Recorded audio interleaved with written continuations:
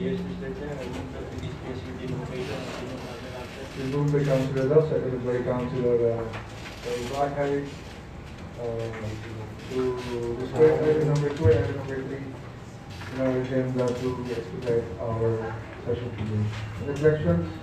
Hearing none, we start to item 37. Item. Madam Secretary, kindly conduct the roll call.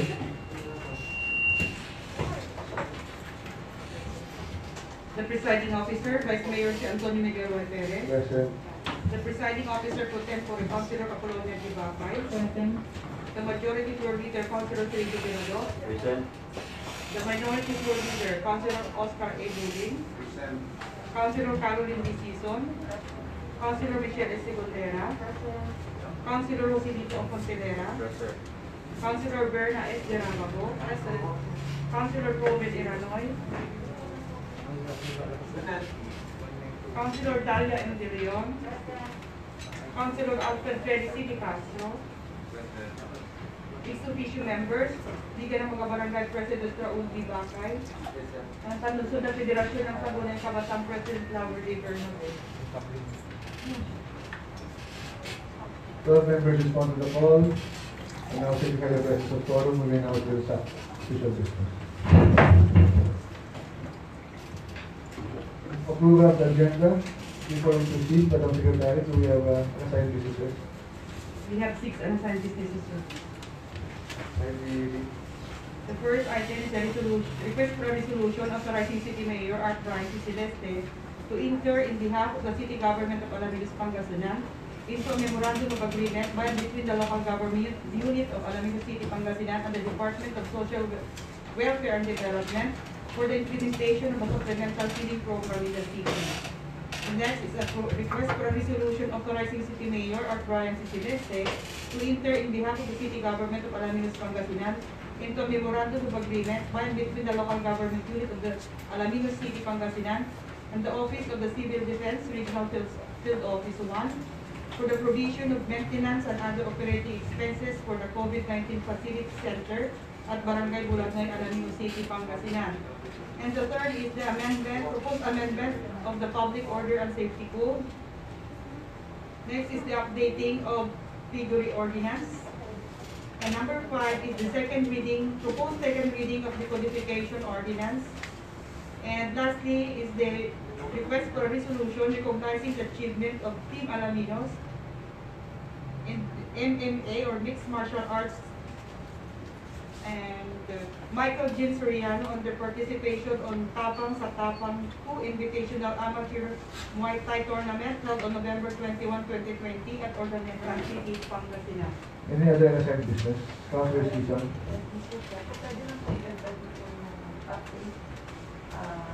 Update regarding sa proposal review ng Councilor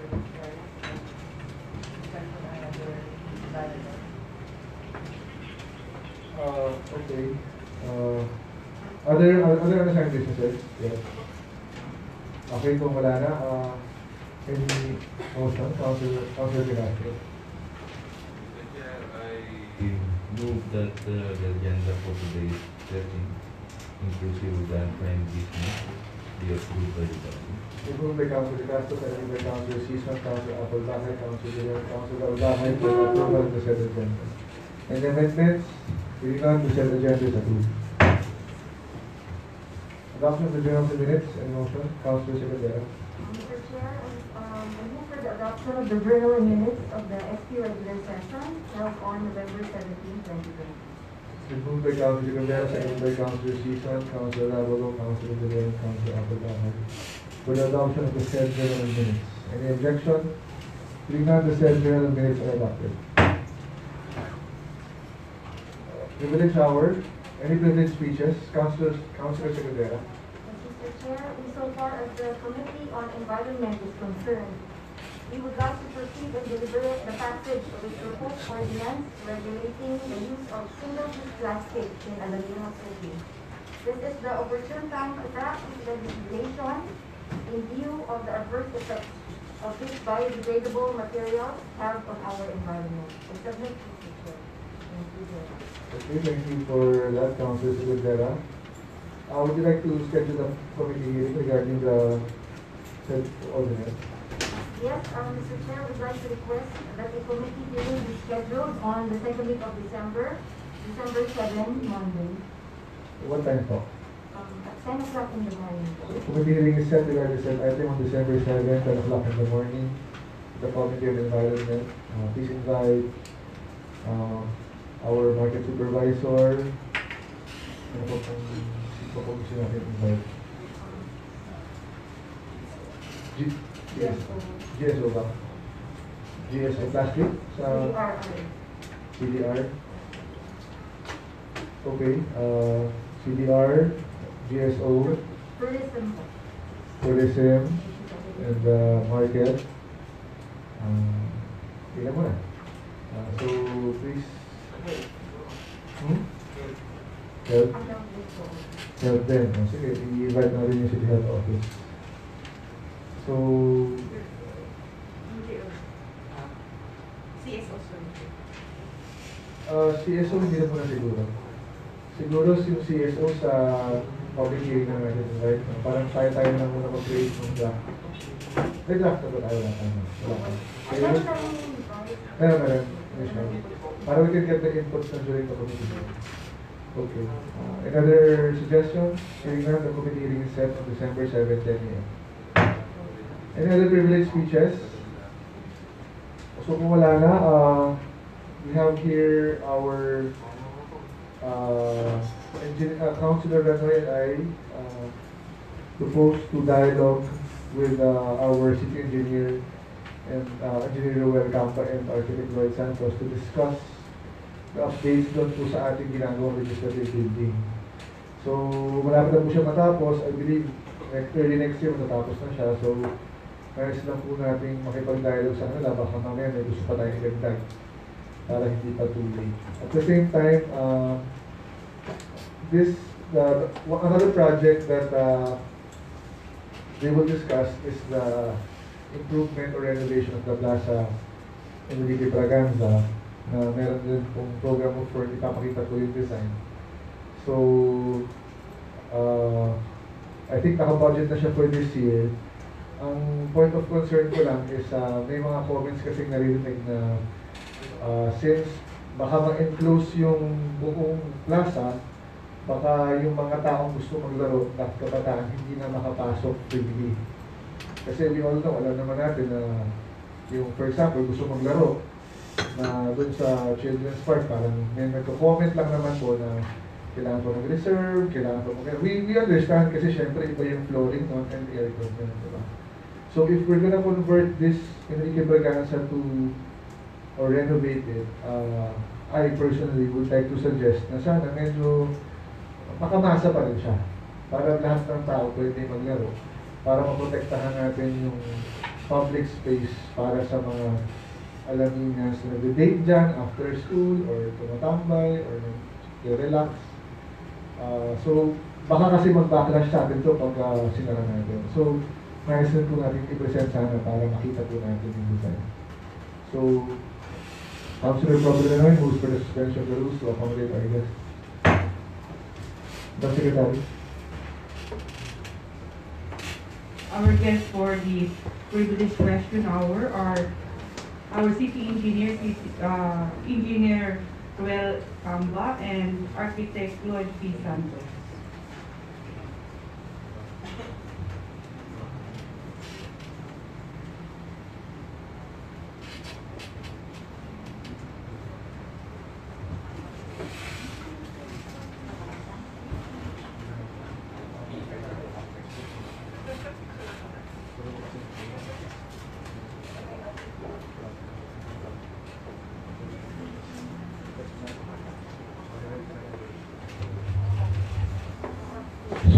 Good afternoon po sa ating lahat. Representa po namin yung ginagawang legislative building at ang propose nating PEB. So unahin muna natin yung ongoing construction ng legislative building.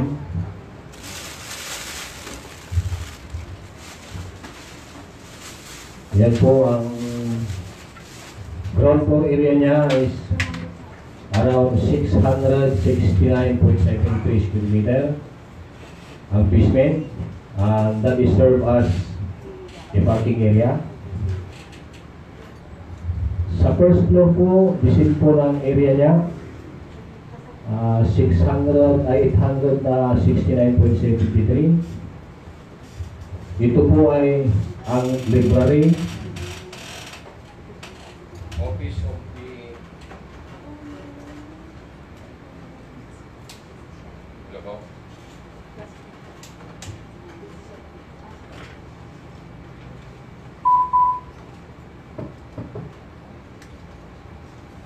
Office of the Librarian, Common CR, Electrical Room, Kitchen and Dining. Sa second floor po ay mayroon ding area ng 640.09 square meter. Ito po yung nandun po yung mga 12 offices for councilors, including EBC and ISKI. Room for the Secretary of the Councilors, then Common CR and storage. Sa third floor po, nandun din po yung Office of the Vice Mayor with on CR, session hall with spectator sitting area, Vice Mayor staff room, Common CR, storage and kitchen, SP Secretariat with file storage. Doon po. Ngayon po ay ang accomplishment ng project na ito is nasa almost 60% na po. Ang expected date of completion, kasi humingi siya ng time extension due to COVID. Alam din po natin na siyempre yung mga nagtatrabaho, imbis na kunwari, for example, this is 25 nakakatao, 50, supposed to be 50 ang nagtatrabaho dapat. Ngayon, 25 na lang because of the social distancing. So, ang target date of completion, humingi po siya ng around 120 days time extension po. So, ang expected date of completion niya is May 27, 2021.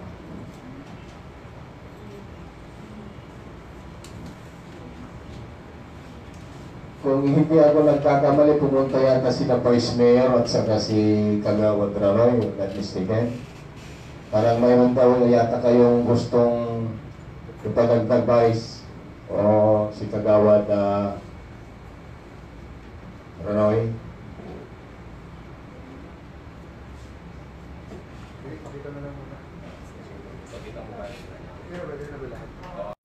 Siyempre kung idadagdag natin yan, ay may additional na pondo. Siguro hindi naman ganong kataas ng pondo yan. Kasi CR lang naman eh. Sige, before engineer, meron bang gusto magtanong sa ating mga councilor season?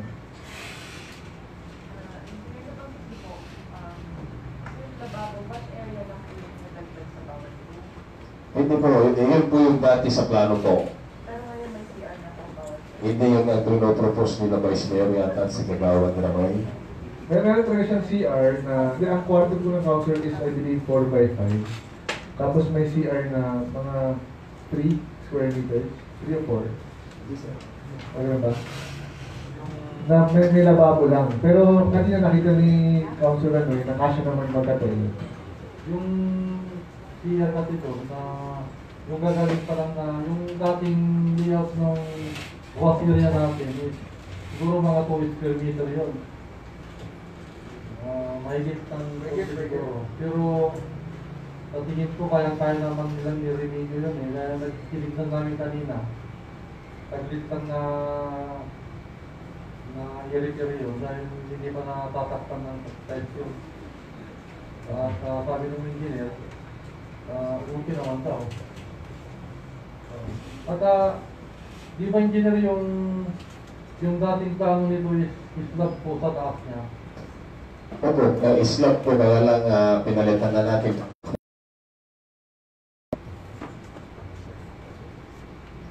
may competition din para may revision. Hindi ba feeling siguro mas mataas naman siguro yung budget ng staff tsaka yung grouping nun kaysa yung ilalagdag natin na siguro mga 10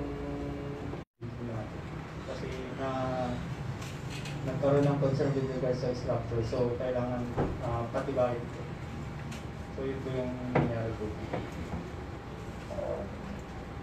So, sinasabi ko natin, architect, na kaya inaangan dahil nag-request ng sila. Hindi naman po. Kasi ang maalala ko kasi, nung proposal pa lang yan, sinabi na ng council na dapat meron silang CR talaga. So, sana huwag namang, naintindihan ko po na hindi kaya nyo ito, pero sinabi naman ng maaga yun, na lagyan ng CR. Yun nga yung only concern actually nila. Tapos, diretso naman nawala. So, buti nga chinek namin, nawala pa rin. So, tataka lang kami nga na hindi naman na-inform. Naintindihan naman namin na we can change along the way, pero sana masabi lang. Para alam rin namin yung gagawin sana. So, any other, counselor na ba kayo? Siguro meter ba yung bawat ng 20 yata, 20. 4 4 by 5. 4 by 5? Para magmaganda. Meron na. Meron na. Meron existing kaya lang yung, di ba, yung toilet, mga toilet bowl, yun. Siguro mga yun, 1.5 by 1.5, yung plan mo. Hindi lang yung Pwede na. yung CR na yung cost area na yun. Kasya nung yung pagkatinignan ko kanina, okay naman magulang pa. Hindi, bawat floor naman may common CR na mga lalaki at mga babae. Pero for privacy purposes, meron din po sa bawat office. So, engineer, lang namin, siguro, meron mo bang gusto mong tanong? Pag-suggest? Yes, engineer. Councilor. Yung size ng CR dyan na, gano'n ka yung CR sa Taraki?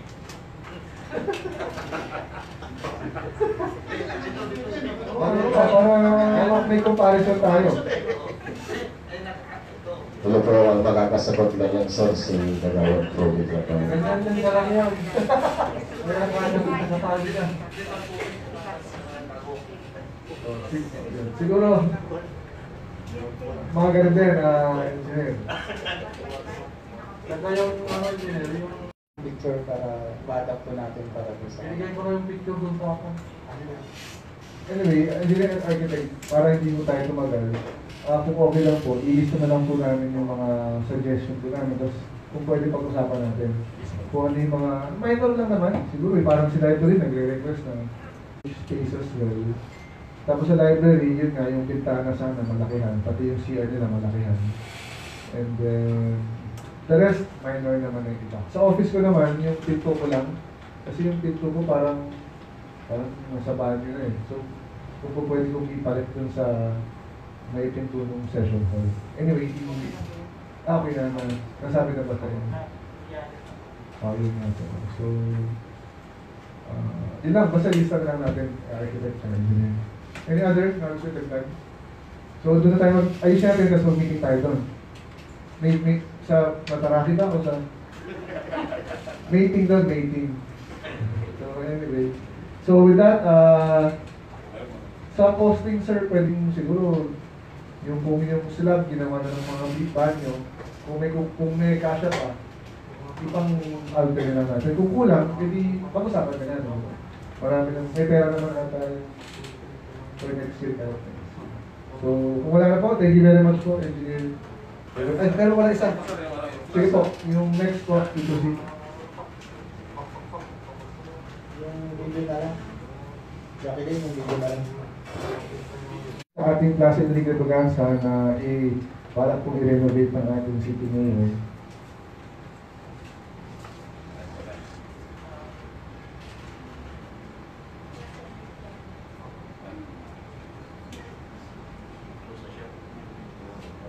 i-close po natin yan. So, as per request po ni Mayor na kailangan open pa rin siya for public. So, mas kung mapapansin niyo, puro glass po siya at mabubuksan po yan totally. So, pwedeng mag-stay po yung tao dyan, well ventilated siya.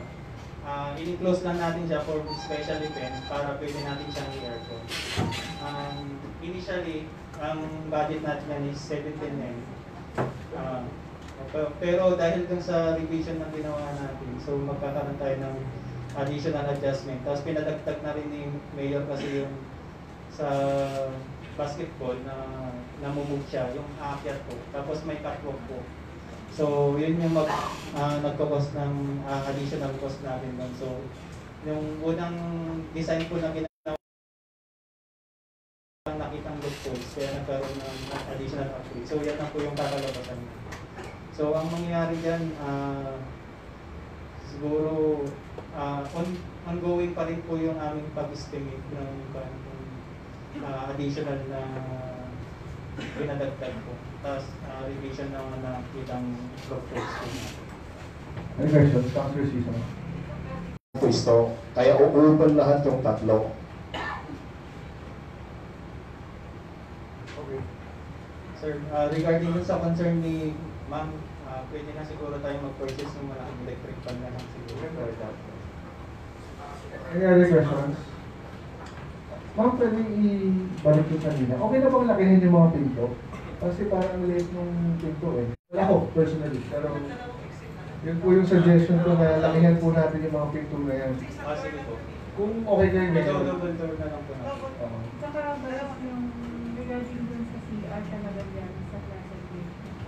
Sobrang nangangamoy talaga ng CR dyan. So ang sabi nung mga maintenance na talagang nangangamoy talaga kaya ang gawin nila. Baka pwede naman isabay na. Ayos na Ikaw rin. baka kailangan i-debate o kailangan nalimutan. Yung poso. Yung poso nito. Sige, ipa-check. Siguro i-check na lang once i-renovate, i-check na lang. Councilor na ba ba? Councilor na. Sa pintuan sa likod, di ba single door lang po yan? So gawin na lang ang dalawang door na Opo. sa kabila. Oo.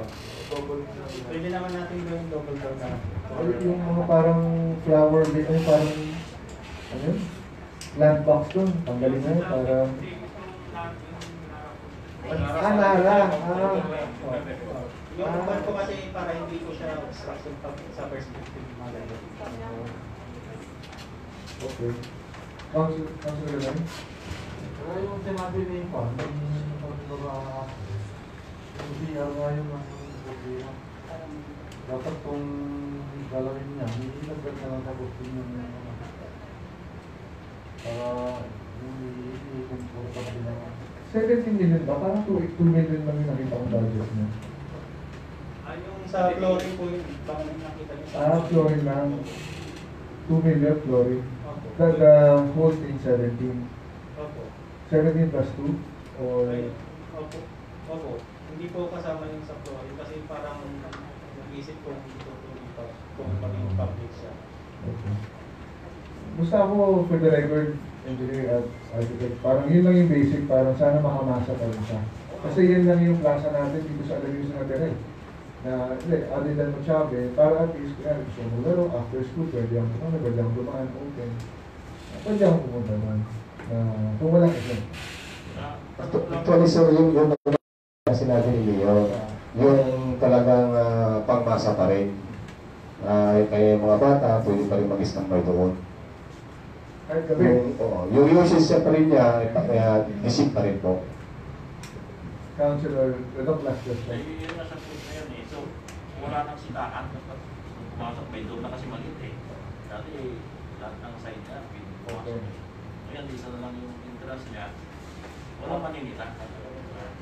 Yung exit niya, dalawa sa likod, dalawa sa Yung entrance. yung dalawa. Apat. 2 entrance, 2 exit. Isa harap. Ma'am, pwede. Isa harap. Yan. Yan po yung medyo. Yun lang po naman yung concern ko. Nag-usap na rin kami ni Mayor at siguro nag-usap na rin siya. So, may any other questions regarding Enrique Braganza and our legislative building? Ay, kamusta pala yung nung nag-earthquake? Wala namang nasira doon sa... Ay, wala sa Wala namang. Earthquake-proof ba yung legislative? Okay. Kasi nung nag-earthquake, pinunta na natin.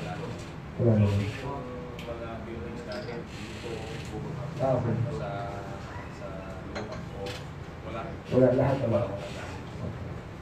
Meron kaming report kay Maylin po. Okay. Sige po, sige po. So, yun lang po. I-consolidate na po ulit natin tapos pag-usapan na lang po natin next time. Para at least ma-suggest na natin yung mga project na yun.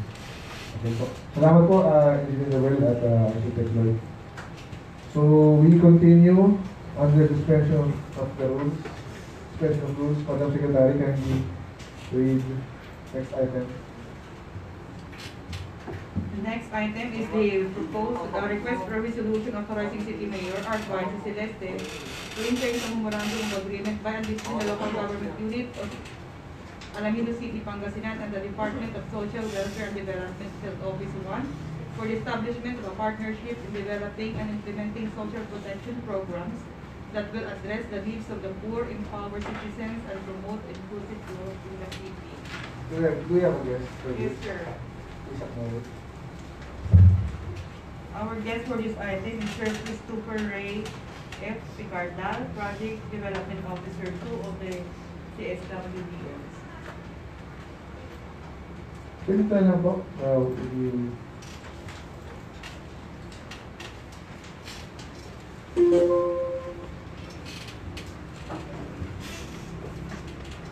Magandang hapon po. Magandang hapon po, sir, and to everyone. Ano po itong hinihingi po natin yung authority? Anong project po ito ng CSWD? Let me read to you, sir, the MOA. Kahit general na lang. The General Memorandum of Agreement, specifically, sir, it's for our program. It is the Pantawid Pamilyang Pilipino program that was established around 2008 and was later on became a Republic Act on the 23rd of July 2018 by President Duterte. For this Memorandum of Agreement, basically it is an agreement that will link the agency in all its programs, projects and activities to be implemented in the city of Alaminos, Pangasinan. Ginagawa naman ito ngayon? Yes, sir. Any questions? Councilor Season? Or Madam? Wala naman. Ginagawa namin ito ngayon? Yes, sir. Yung budget galing rin sa office ninyo? We have the budget, sir, for the Pantawid Pamilyang Pilipino program, but with regard to the LGU, sir, activities, especially dito sa city, we have we had already a meeting 2 months ago regarding this, and the secretary asked us for the memorandum of agreement. That's why we provided you with this MOA para po activities already of the original. We proceed to the unassigned business number 1 regarding the supplementary feeding program.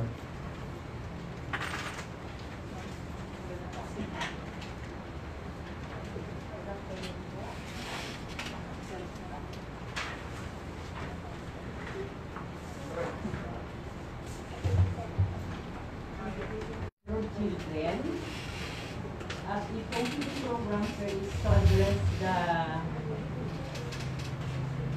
problem of malnutrition or undernourished.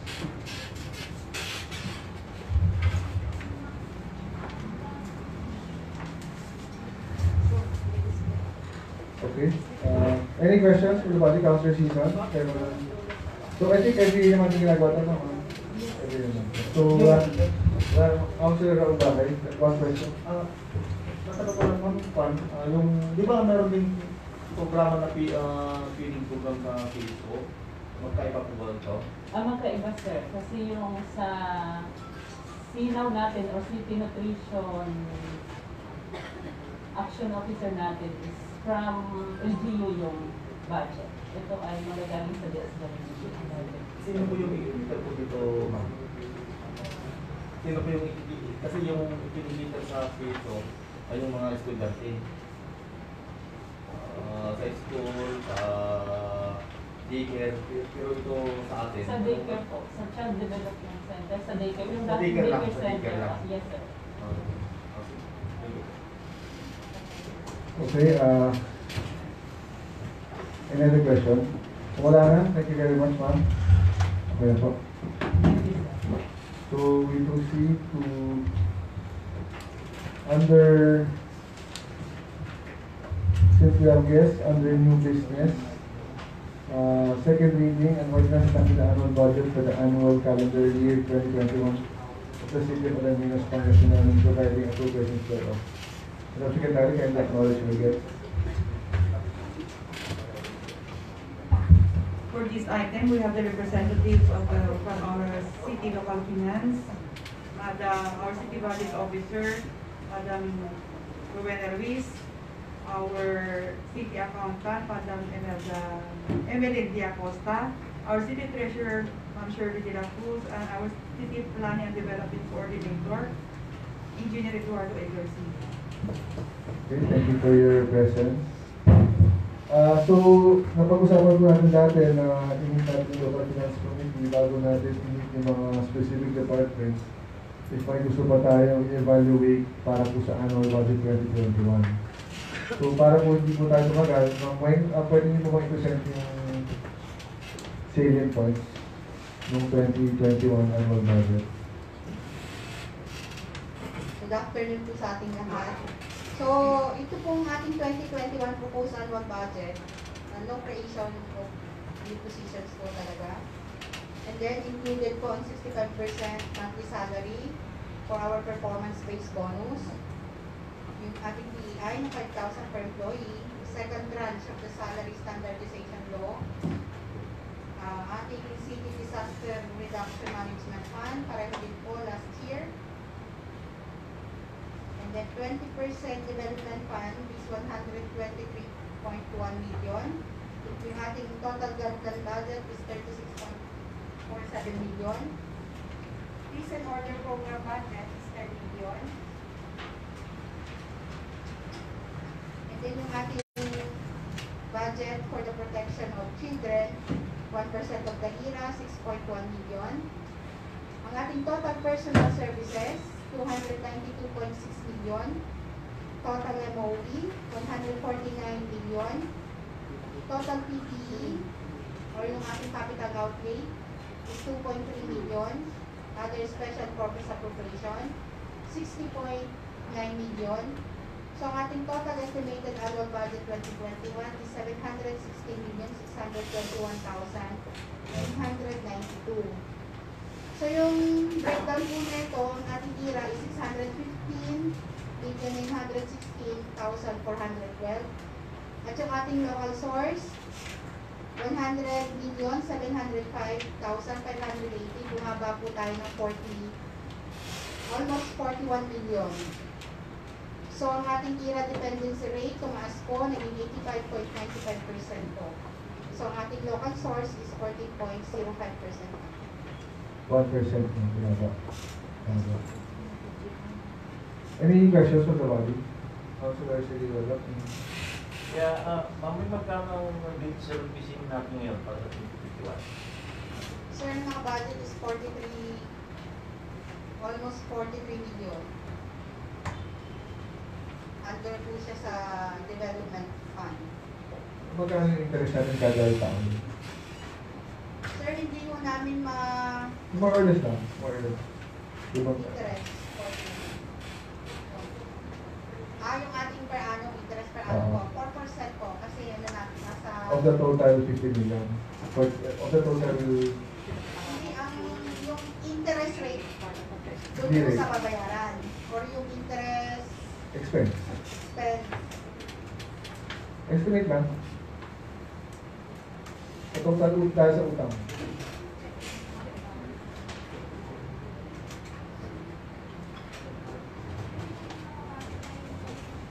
Kasi sir, nakalangsam na yun sa 40 M. Pero anyway, pwede naman namin i-separate. Ang 43M ang naka-appropriate tayo for debt services. Yun na yun. More or less yun na. Nakasama yung mga principal. Any other questions? Any? Wala? Yes, Councilor. Parang masigurado na wala tayong lalabag na ba? So, for the record, sa akin sa mo na yung parang lalagay ka, di ba? If we have to buy only the statutory as well as budgetary requirements. Yes, sir. Opo, sir. Nakakontact po tayo naman. mga percentage, compare mo. PS Cup. PS Cup, sir, hindi naman po tayo lumampas. 55% po ng ating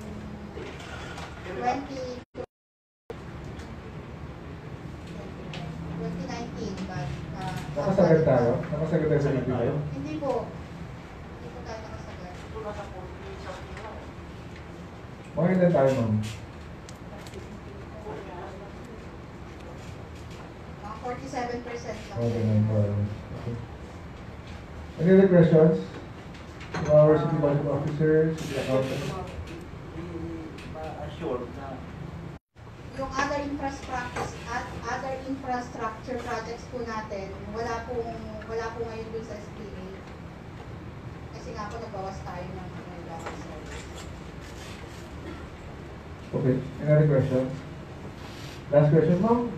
Paano po nangyari yung assuming na bumaba talaga yung local income natin? 400 islands. Paano ba? Are we assuming for 2021, hindi pa naka-budget yun o naka-budget yun? Sir, pag ganun po magiging scenario, sususpend na naman po kami ng mga Magpapawas ulit. At least nasa plan na. So, any questions to our city accountant, city treasurer, city planning officer, city budget officer? Okay, last question, Councilor De Castro.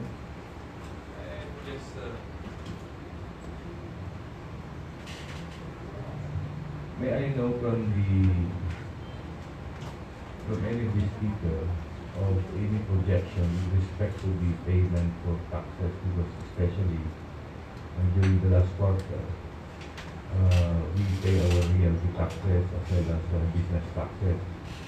But considering the situation, what is the projection? And aside from the projection, are there any plans or concerns in respect thereto? Because a lot of people now are asking me what is the stand of the LGU with respect to the payment of taxes. Because I believe this will affect also our budget.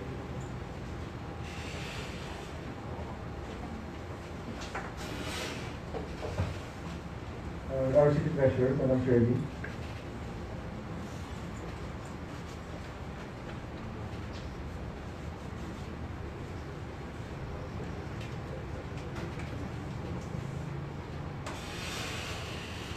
Just a concrete example.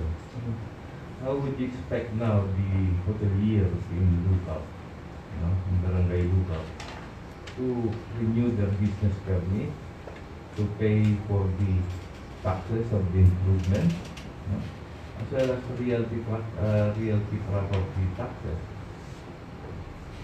Because I believe this